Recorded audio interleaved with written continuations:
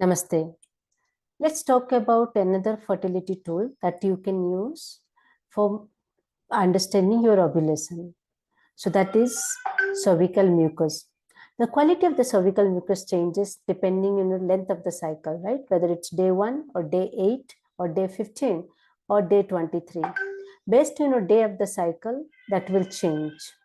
So how can you understand? Let me just share my screen. Cervical mucus, another fertility tool.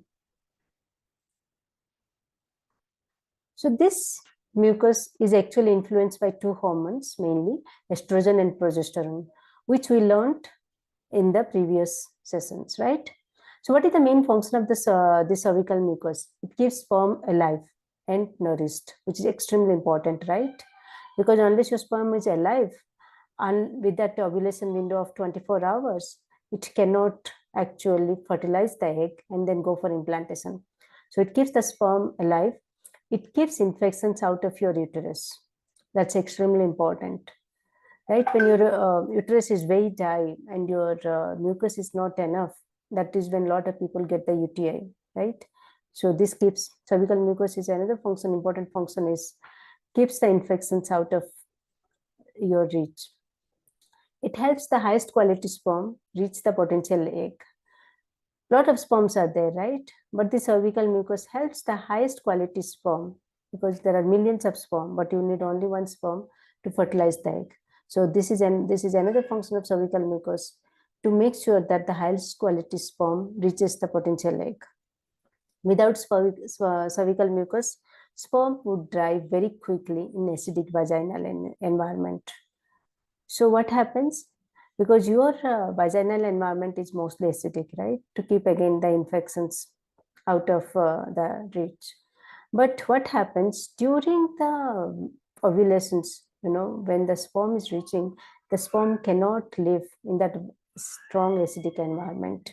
So during your ovulation, your acidic pH slightly changes to alkaline, not really alkaline beyond 7, but the acidity actually gets diluted and it becomes little more towards the alkaline side. So that's so that the sperm can live and can swim through and reach your most potential fertilized egg. So how to check your cervical mucus? First, make sure that your hands are clean. Wash your hands very well. And with the help of your finger, you can try to feel and touch your mucus and then take it out from your vagina and then try to feel it, whether it's dry or sticky. Of course, this is a general guideline. From 1 to 6 day of your cycle, you will see dry and sticky. And most of the time, people will not even check because you are still, bleeding during that period time. And from 7 to 9 times, 7 to 9th day, you will see that is a creamy. And from day 10 to 12, you will see as wet and clear. That is means it's getting ready for the ovulations.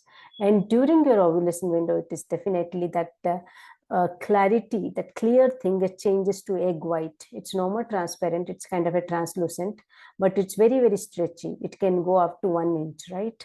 That is when you know that that's your ovulation window. And you must make sure that intercourse is done during that window.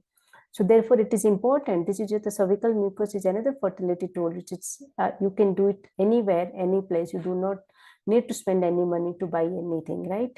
It is very, very easy to do. Make sure that you follow, even if you are not, practicing and that in a daily schedule, you make sure that at least you do it an alternative day. But it's very, very important for you to follow, to understand your own ovulation window. If you do it every day, into 1 to 2 cycle, you will understand. By 3rd cycle, you exactly know when is your ovulation window, unless things changes. So how to improve your cervical mucus? Make sure you stay hydrated and nutrition, a well-balanced diet. That we are talking separately in another session. Another fertility tool is positioning of the cervix. The cervix position changes during, again, before and after your ovulations. So here is one image that you can see, right? Before ovulation, it is very, very low. Okay. And it is also very firm, right? During the ovulations, it's very soft and it has gone up so that during the intercourse, it is actually easier to make it happen. So it goes little higher side, and there is a soft opening to it.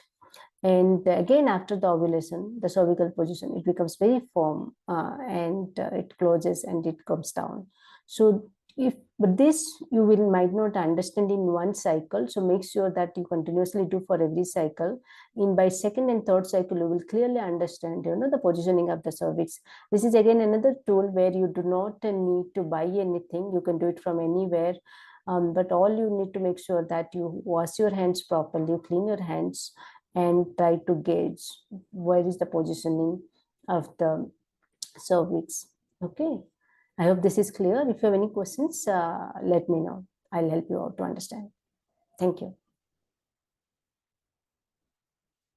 So the homework for that is you have to understand the type of cervical mucus based on your cycle day and the positioning of the cervix. As I said, in 1 to 2 cycle, you will understand it. And the third cycle, you will be able to predict, even without measuring it, all these parameters, when is actually your ovulation window, whether it's 10 to 14 time or after comes 14 days. Some of them actually ovulate after 20 days. So you yourself will understand that the best ovulation window is when around 14 days or so. So as I said, if there is any questions, to reach out to me.